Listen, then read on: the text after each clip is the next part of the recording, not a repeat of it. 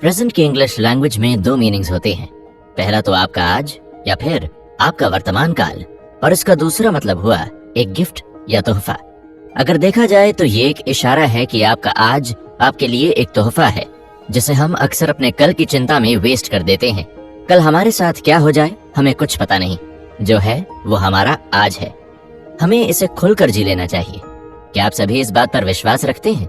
ऐसा नहीं है कि हमें अपने फ्यूचर के बारे में नहीं सोचना चाहिए, बस बात इतनी सी है कि अपने फ्यूचर के बारे में सोच सोच कर हमें अपना प्रेजेंट नहीं खराब करना चाहिए।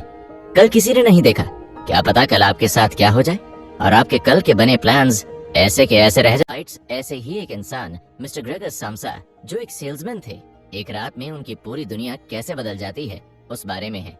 मेटामॉर्फोसिस यानी बदलाव, किसी भी चीज के फिजिकल नेचर में पूरी तरह से बदलाव आ जाना।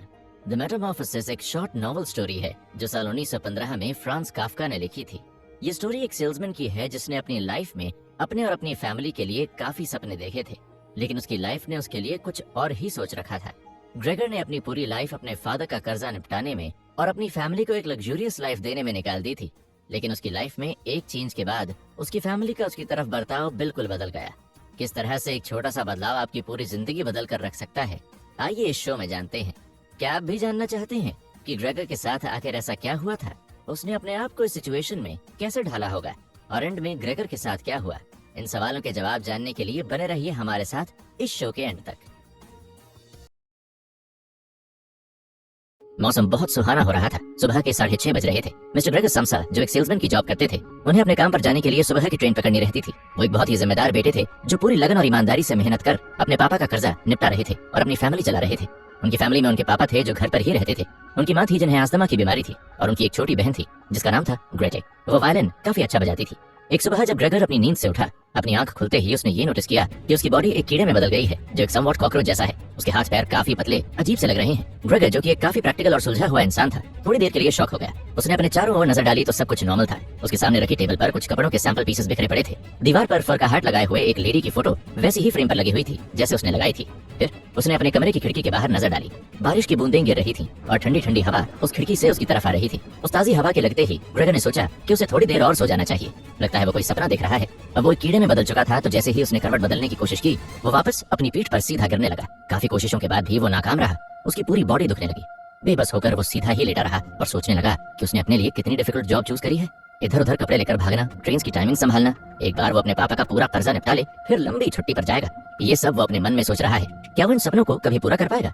अच्छा होता अगर वो काम के साथ साथ अपनी लाइफ भी एंजॉय करता जाता, तो शायद अभी इस सिचुएशन में वो रिग्रेट नहीं कर रहा होता। इसलिए कहते हैं, कल की ज्यादा फिक्र मत करो, अपने आज को पूरी तरह से जियो, क्योंकि वही आपका है। घड़ी में 7 बजने वाले थे। ग्रेगर के फैमिली मेंबर्स एक के बाद एक उसका दरवाजा खटखटा रहे थे। वो उन्हें पूरी बात बताना चाहता था, लेकिन उसकी आवाज बराबर नहीं निकल पा रही थी। उसने मन में सोचा कि वो ऐसे यूजलेसली बेड पर नहीं रह सकता। उसने उठने की काफी कोशिश की, लेकिन उसकी प्रेजेंट सिचुएशन की वजह से वो बेड से नीचे नहीं उतर पा रहा था। देखा जाए तो उसकी लाइफ पूरी तरह से बदल चुकी थी। वो अपने पैर पर इजीली खड़ा नहीं हो पा रहा था, बेड से नीचे नहीं आ पा रहा था, लेकिन इस कठिन समय में भी उसने अपना विल पावर कमजोर नहीं पड़ने दिया। वो अपने आप को बार बार समझा रहा था कि उसे सिचुएशन से डील करना ही पड़ेगा और बेड से नीचे उतरना ही पड़ेगा। जो है वो उसके सामने है। ऐसे एक ही जगह पर रहने से उसकी प्रॉब्लम का सोल्यूशन नहीं मिल पाएगा। ये एक सीख लेने वाली बात है। हम अपनी जिंदगी की छोटी छोटी परेशानियों से हार मान लेते हैं, जबकि प्रॉब्लम अपना सोल्यूशन खुद लेकर आती है। बस हमें बिना डरे अपनी प्रॉब्लम का सामना करना चाहिए और देखना हमें उस परेशानी का सोल्यूशन खुद ब खुद मिल जाएगा। जब ग्रेगर बेड से नीचे उतरने की कोशिश कर ही रहा था, इतने में डोरबेल की आवाज आई। जरूर मेरे ऑफिस से ही कोई होगा, ग्रेगर ने अपने मन में सोचा, और उसका अंदाजा बिल्कुल सही था। वो उसका मैनेजर ही था।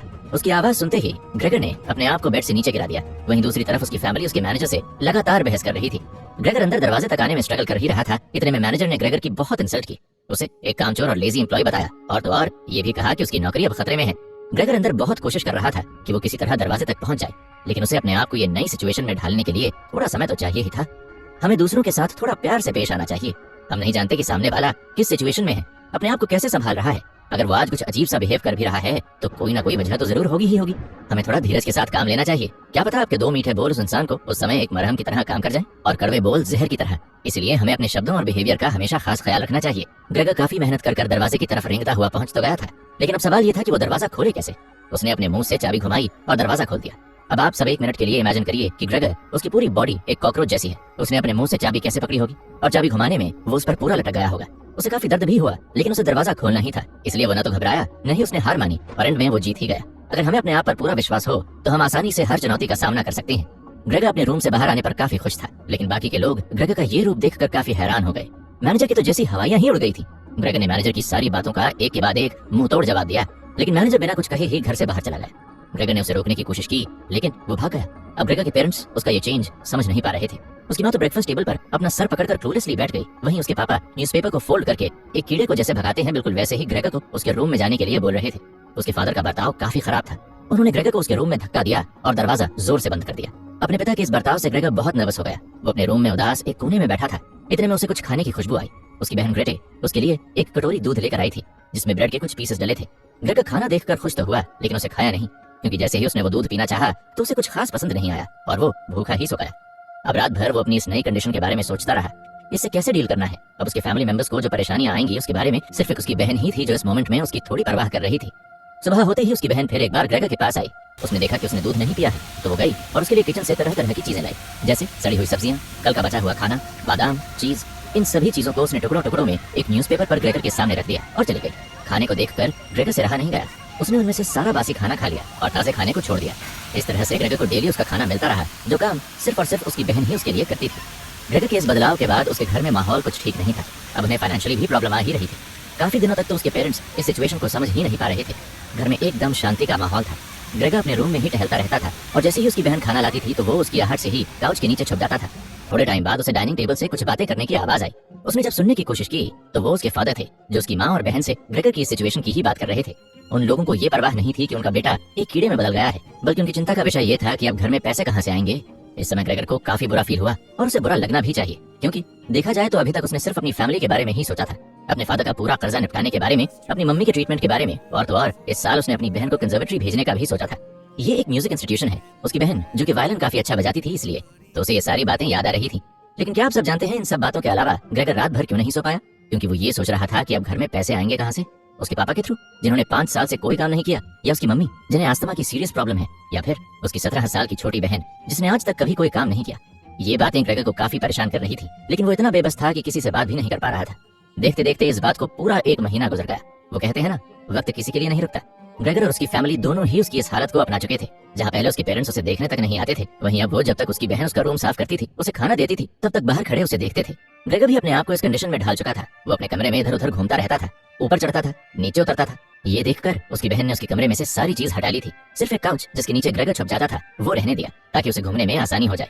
जब ग्रेटे और उसकी मदर ग्रेगर का कमरा साफ कर रहे थे, उस समय ग्रेगर अपने आप को काउच के नीचे छुपाकर बैठा था, ताकि उसकी मम्मी उसे देखकर डर न जाए। लेकिन जैसे ही ग्रेगर ने देखा कि उसकी बहन और मम्मी एक के बाद एक उसकी सारी अजीज चीजों को कमरे से बाहर ले जा रहे हैं, तो उसने दीवार पर लगी वो लेडी की फोटो बचाने के लिए वो उस पर जाकर बैठ गया। जब हम एक जगह पर बहुत सालों तक रहते हैं तो वहाँ की चीजों से भी हमें प्यार हो जाता है ना? वैसा ही सेम ग्रेगर के साथ हुआ। उसे अपने कमरे की हर एक चीज से प्यार हो गया था। लेकिन अब ये बात तो वो अपनी बहन को समझाए कैसे? तो वो चुपचाप होकर तमाशा देख रहा था। लेकिन जो चीज वो बचा सकता था उसने उसे बचाया, उससे वो पीछे नहीं हटा। लेकिन बेचारे की किस्मत, वो जैसे ही फोटो के ऊपर जाकर बैठा, उसकी माँ ने उसे देख लिया और ग्रेगर को इतने करीब से ऐसी हालत में देखकर वो बेहोश हो गई। ग्रेटे घबरा गई और उन्हें हॉल में ले गई। जब ग्रेगर के पापा, जो अब एक बैंक में काम करने लगे थे, वो घर आए और उसकी माँ की ये हालत देखी तो वो गुस्से से लाल पीले हो गए और ग्रेगर पर एक के बाद एक सेब फेंकने लगे ताकि वो जान से मर जाए, जबकि ग्रेगर की कोई गलती ही नहीं थी। वो सिर्फ अपनी चिढ़ में उस पर गुस्सा निकाल रहे थे। हमें इतना सेल्फिश नहीं होना चाहिए। Selfishness makes you heartless and is your biggest weakness. उन्हें ये तो सोचना चाहिए था कि ग्रेगर आज भी उनकी फैमिली का ही एक हिस्सा है। अगर आप किसी के लिए कुछ अच्छा नहीं कर सकते तो एटलीस्ट उसे नुकसान तो नहीं पहुंचाना चाहिए। ग्रेगर, जिसके पास उसकी फैमिली के इस बिहेवियर को बर्दाश्त करने के अलावा कोई ऑप्शन नहीं था, वो चुपचाप अपने कमरे में चला गया और अब वो वहां से कभी वापस बाहर नहीं आया। वो वहीं से अपने पेरेंट्स और अपनी बहन को हॉल में आते जाते देखता था। उसकी बहन ने एक सेल्स गर्ल की नौकरी ज्वाइन कर ली थी। अब वो ग्रेगर का ध्यान रखते रखते भी थक गई थी। उसके अलावा तो फैमिली में से कोई ग्रेगर का ध्यान रखता नहीं था। अब ग्रेगर का ध्यान उनके घर में आई नई काम वाली रखने लगी। वो ग्रेगर का कमरा साफ करती और उसे खाना देती थी। ग्रेगर को वो लेडी बिल्कुल पसंद नहीं आई थी। उसे काफी अकेलापन महसूस होने लगा था। वो अपनी फैमिली को मिस कर रहा था, जो पहले ग्रेगर को बहुत प्यार करती थी। लेकिन उसे अब समझ में आ रहा था कि वो उनका प्यार नहीं बल्कि उनका स्वार्थ था। क्योंकि उसकी फैमिली ग्रेगर पर बिल्कुल ध्यान ही नहीं दे रही थी, उन्होंने अपना सोर्स ऑफ इनकम बढ़ाने के लिए अपने अपार्टमेंट का एक कमरा 3 लड़कों को किराए पर दे दिया था। अब ग्रेगर के कमरे को एक स्टोर रूम की तरह बना दिया गया था। घर का सारा फालतू सामान उसके कमरे में आ जाता था। इन सब बातों से उदास होकर धीरे धीरे ग्रेगर ने कुछ भी खाना पीना छोड़ दिया था। वो सिर्फ अपने कमरे की खिड़की के आगे चुपचाप बैठा रहता था। पहले जैसे वो पूरे कमरे में इधर उधर रेंगता रहता, वो सब भी उसने छोड़ दिया था, क्योंकि अब उसके कमरे में रेंगने की भी जगह नहीं थी।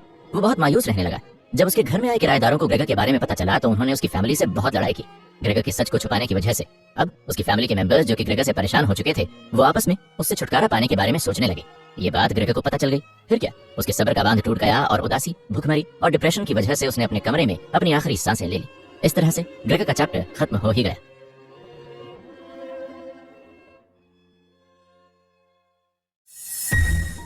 अपनी पहचान बनाने वाले आप खुद हैं। बेशक आप इंसानियत मत छोड़िए, लेकिन दूसरों का भला करते करते इतने भी बेवकूफ मत बनिए कि सामने वाला आपकी कद्र करना ही भूल जाए।